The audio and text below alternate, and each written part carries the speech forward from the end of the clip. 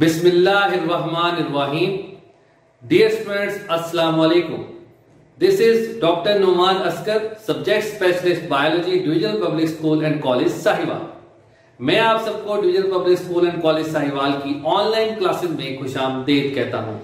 आए अब हम स्टार्ट करते हैं आज का टॉपिक, चैप्टर नंबर 16 का locomotion in protista and invertebrates.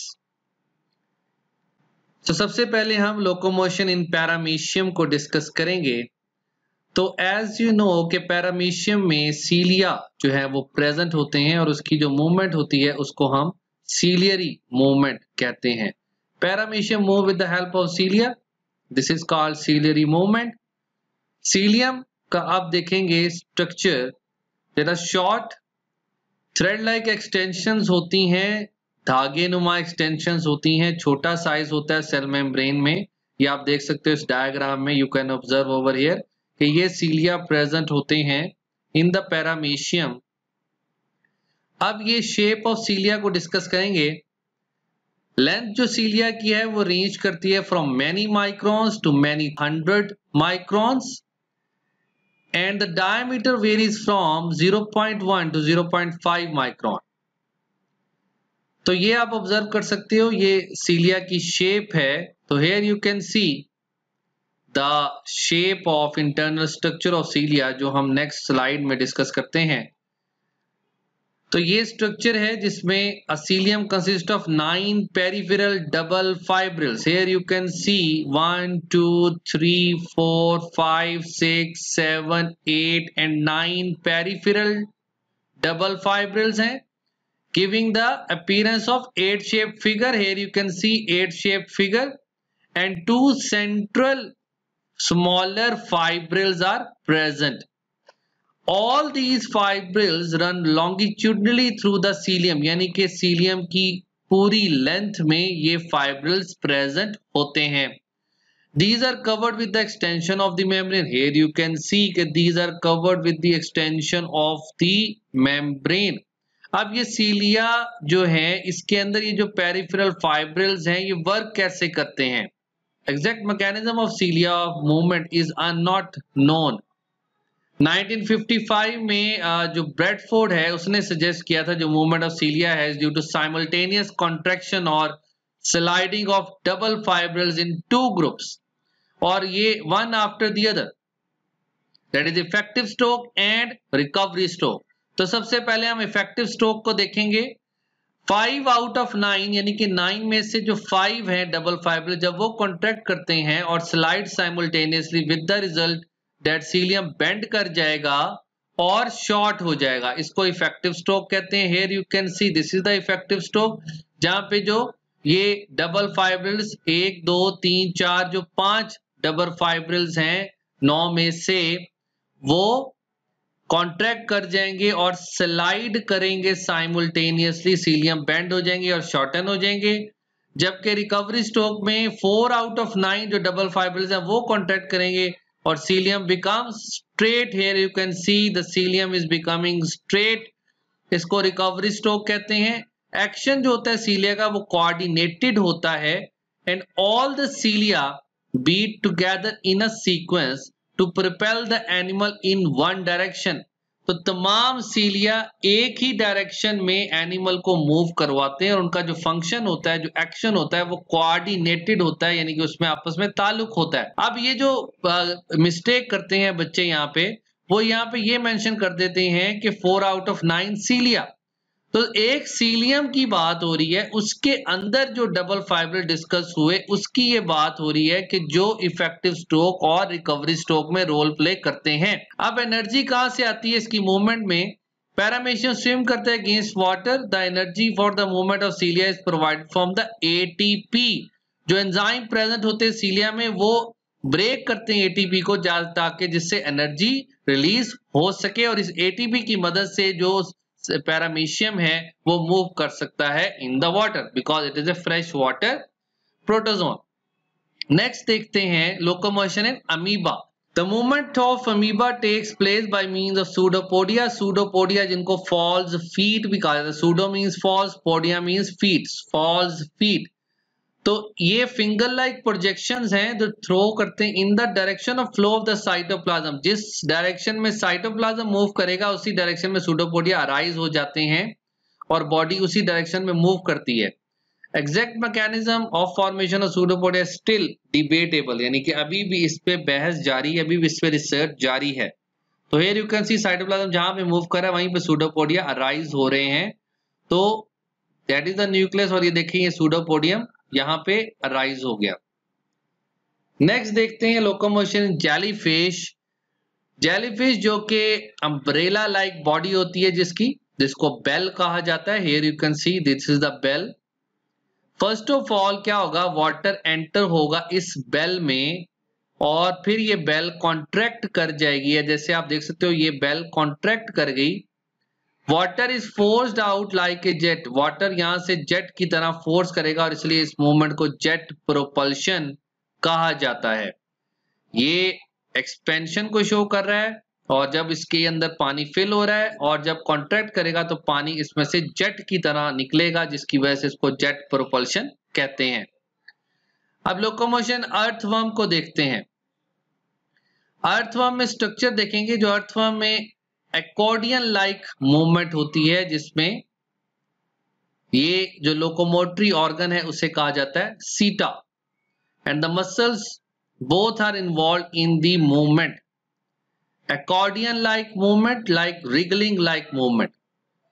Mechanism क्या है ये आप यहां से डायग्राम में ऑब्जर्व कर सकते हो। ये ब्रिस्टल्स या सीटा जिसे कहते हैं। First of all earthworm become long and thin, पहले लॉन्ग हो जाएंगे और थिन हो जाएंगे। सीटा जो प्रेजेंट होंगे lower side of the anterior and, ये जो हेड का एंड है इसके जो लोअर साइड पे सीटा प्रेजेंट होते हैं वो पहले कम आउट होंगे, बाहर आएंगे, बाहर को निकलेंगे, एंकर करेंगे और होल्ड करेंगे दिस एंड फर्मली, इस एंड को फर्मली होल्ड कर लेंगे।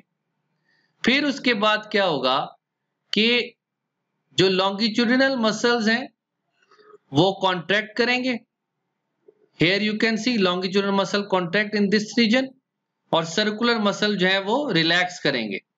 फिर सीटा जो पोस्टीरियर एंड के हैं वो कम आउट होंगे, बाहर को निकलेंगे और वो फिक्स करेंगे एनिमल को on the ground, and at that point circular muscle contract and longitudinal muscle relax और body becomes thin and long. In this way earthworm moves from one place to the other. So very easy to understand कि किस तरीके से earthworm में सीटा और ये जो मसल्स हैं ये लोकोमोशन में उसकी हेल्प करते हैं। Next is the locomotion cockroach. तो कॉकरोच में जो लोकोमोशन है उसको स्विफ्ट वॉकिंग कहा जाता है, but it also takes to flight by its wings. In walking, the legs are used on one side. Here you can observe the legs. So 4 legs, middle legs, तो 3 pairs of legs हैं ये। Total 6 legs होती हैं cockroach में। So these are the hind legs. सबसे पहले 4 leg क्या करेगा, ये 4 leg, एक जो 4 leg की बात हो रही, एक 4 leg एक साइड पे जो 4 leg है उसकी बात हो रही है कि वो पुल करेगा बॉडी को forward. This one pull the body forward. And then hind limb, this one pushes in the same direction. तो this direction में ये 4 leg जाएगी, उसी direction में ये hind leg भी move करेगी। But जो middle leg है वो इस side की, यानी कि जो opposite side act as a prop. So you can say कि अगर ये 4 leg और ये hind leg है तो इसका prop middle leg ये वाली होगी। Prop कहते हैं हम जो उसकी support करेगा। So in the meantime the remaining जो 3 legs होती हैं, यानी कि जो 3 legs जो वर्किंग कर रही हैं और जो remaining 3 legs है वो मूव करती हैं together and the process is repeated. इस तरीके से बाकी तीनों जो legs हैं वो भी मूव करेंगी और इस प्रोसेस रिपीट होता जाएगा और इस तरीके से ये मूवमेंट करते हैं। अब देखते हैं विंग्स के थ्रू कैसे मूवमेंट करते हैं। तो here is the forewing, these are the hind wings, जिनको posterior wings भी कहा जाता है। तो out of the 2 pairs, the posterior pair, अभी 2 pairs हैं, फोर विंग का और हाइंड विंग का। जो पोस्टीरियर के पेयर्स हैं विंग्स के वो फ्लाइट में रोल प्ले करते हैं। They beat in air in such a manner that they support the body, weight को सपोर्ट करेंगे and drive it through the air. तो ये बीटिंग करते हैं जिससे सपोर्ट करते हैं बॉडी वेट को और उसे एयर में ड्राइव कर सकते हैं easily. Next is locomotion in snail. तो ये डायग्राम है स्नेल की जिसमें ये फुट प्रेजेंट होते हैं। तो स्नेल जो हैं वो मूव करते हैं क्योंकि ये मोलस्कस में आते हैं और ये क्रॉल करते हैं, move very slowly by foot. Next is locomotion in starfish. Starfish में जो लोकोमोशन है वो ट्यूब फीट के थ्रू होती है। Here you can observe the tube feet जिसमें ये एम्पुला पोर्शन होता है and that is the podium portion. अब ये ट्यूब फीट कैसे वर्क करते हैं? तो ट्यूब फीट प्रेजेंट होते हैं on both sides of radial canal that extends up to the tip of arm. अब ये एक रेडियल कैनाल है, दैट वन, ये जो शो हो रहा है यहाँ पे radial canal, that one is the radial canal और इसके दोनों तरफ ये ट्यूब फीट जो हैं वो प्रेजेंट होते हैं और एंटायर आर्म में प्रेजेंट होते हैं और टिप तक जा रहे होते हैं। ट्यूब फीट एक्सटेंड होते हैं जब इनके अंदर वाटर की फिलिंग होती है। Then they fix themselves by suction cup. ये सक्शन कप है जिसके थ्रू ये किसी भी ऑब्जेक्ट से जाकर फिक्स हो जाते हैं।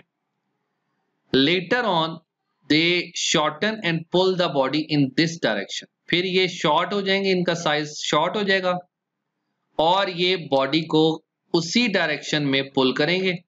इन this way the starfish moves in any direction. Arms of the starfish also helps in swimming. तो यही आर्म जो है इसकी स्विमिंग में भी हेल्प करते हैं। Next is the swimming in fish. सबसे पहले फिश में जो एडेप्टेशन है कि उसकी जो बॉडी होती है वो स्ट्रीमलाइंड होती है। स्ट्रीमलाइंड का मतलब लाइक दिस कि दोनों एंड पे कॉर्नर्स होते हैं। So the body of most fish is streamlined being tapered at both ends. दोनों एंड्स पे टैपरिंग है like this one. This means that water flow readily over the body surface और friction भी जिससे reduce हो जाती है, बहुत मिनिमम हो जाती है। Apart from the fins, no other structures project from the body of the fish. Fish की बॉडी से फिन्स के अलावा और कोई स्ट्रक्चर बाहर की तरफ प्रोजेक्ट नहीं हुआ होता। ये शो करता है कि अगर एक फिश जितनी ज्यादा फास्ट है तो इसका मतलब है उसकी बॉडी उतनी ही ज्यादा स्ट्रीमलाइंड होती है। Next adaptation is fins. तो फिन्स जो हैं वो अनपेयर्ड भी होते हैं, जैसे डॉर्सल एंड वेंट्रल फिन। ये जो एनल फिन यहाँ पे शो किया ये वेंट्रल फिन है, ये अनपेयर्ड है। डॉर्सल फिन भी अनपेयर्ड है। ये स्टेबलाइज करते हैं फिश को, इनका फंक्शन है स्टेबलाइजेशन। पेयर्ड फिन्स में आते हैं pectoral and pelvic fins. Here you can see pectoral and pelvic fins. ये steering and balancing of the animal में रोल प्ले करते हैं। नेक्स्ट है कॉर्डल और tail fish. Here you can see the caudal fin और the tail fin. ये paired fin के साथ मिलकर forward movement of the fish में रोल प्ले करते हैं। तो ये फंक्शंस हैं फिन्स के। वेरी इंपॉर्टेंट शॉर्ट क्वेश्चन भी है ये। Next is skin structure. तो इसमें सबसे पहले बात करेंगे बोनी फिश। बोनी फिश जो होते हैं उनमें स्केल्स प्रेजेंट होते हैं जो कि मॉइस्ट रखते हैं by slimy exudation from mucus और oil glands and this also considerably reduces friction between fish and water. तो बोनी फिश में जो स्केल्स प्रेजेंट है वो मॉइस्ट रहते हैं म्यूकस की वजह से, ऑयल ग्लैंड्स की वजह से, जिससे फ्रिक्शन भी रिड्यूस होती है। Here you can C these are the scale, these type of scales are present in the bony fish, जिसको साइक्लॉइड स्केल्स भी कहा जाता है।